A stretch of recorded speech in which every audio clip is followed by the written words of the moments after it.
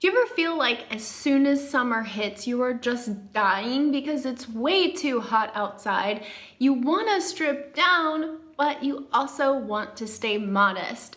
Summer presents quite a challenge for those of us that love hot temperatures, and it's probably even harder for those of us who think summer is torture. Whether you want to stay modest or you're just a little bit self-conscious, I have some amazing tips for you today to stay very cute, cool, and covered up this summer.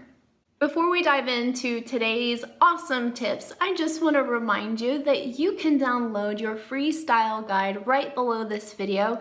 It's a set of questions that I created that helps you figure out your personal style so that you can actually start dressing the way that you feel on the inside, and you can find your personal style this summer so that you can start rocking great things and looking cool and comfortable and confident. Tip number one is to just have more confidence in yourself and to love your body the way that your body is right now. Let me tell you a little story about me. I have always disliked my arms, and just being honest, I haven't put in the work required to have thin tone arms.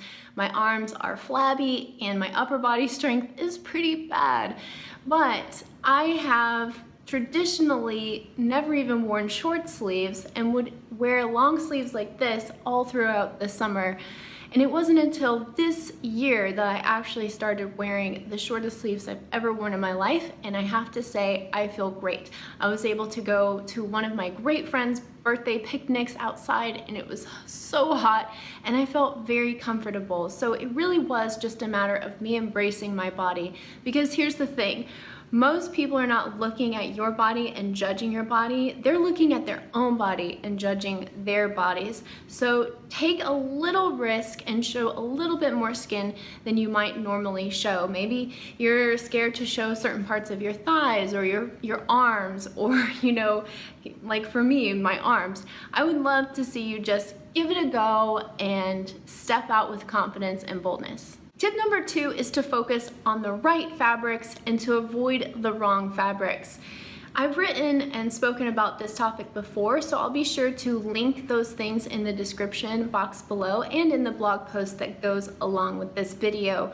But you want to gravitate towards natural fabrics that are going to let your body breathe. They're lighter weight fabrics as well. So like cotton, linen, silk, things like that. Stay away from polyester and nylon.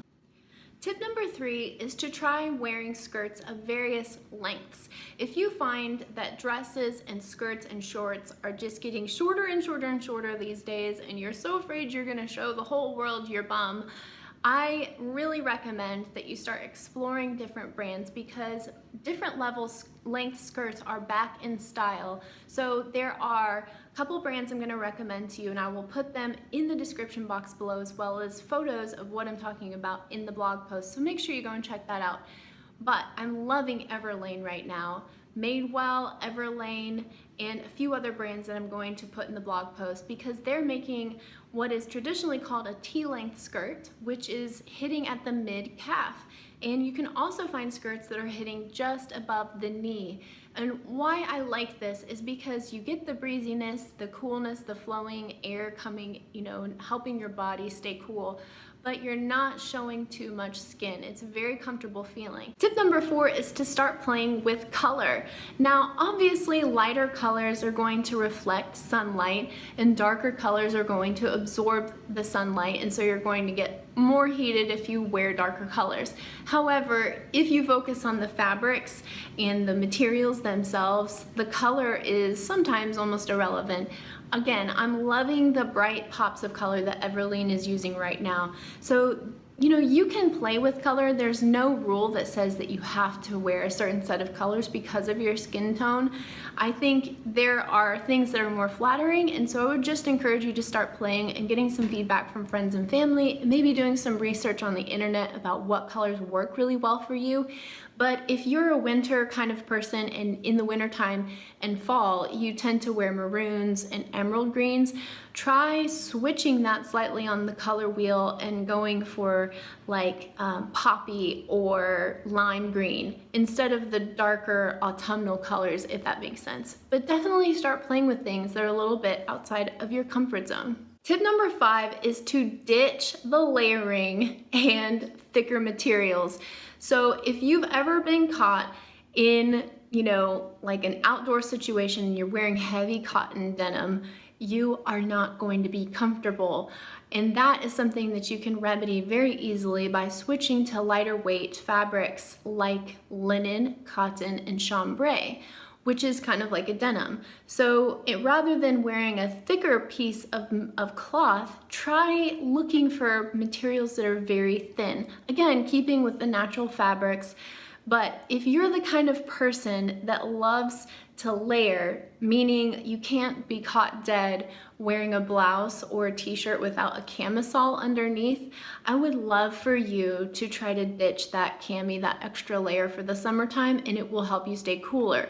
The alternative, the remedy for that, is to start investing in undergarments that are a little more breathable and cover a little bit more of your torso and your body, rather than having to have a bra and a cami and a blouse. So try to move away from the layering and the thicker materials. In conclusion, guys, we're gonna wrap this video up. I just wanna encourage you to start building your self-confidence by putting yourself out there. As scary as that may seem, most people are not really focused on you, they're focused on themselves. Plus, I would love for you to start experimenting with colors and different materials and different lengths of garments that you're trying out. Now, I really hope that these tips have helped you, and I would love to hear from you in the comment section below. This is the question of the week, which is, what are your tips around dressing for summer? Because I'm sure you have some great remedies or great workarounds that you've created over the years. And if you don't have any tips, I would love to know what your #1 struggle is when dressing for summer. Please leave me that in the comments below. If you like this video, go ahead and give me a thumbs up and share it with somebody who you think would get a lot out of this information. All right, you guys, I will see you in the next video. Take care.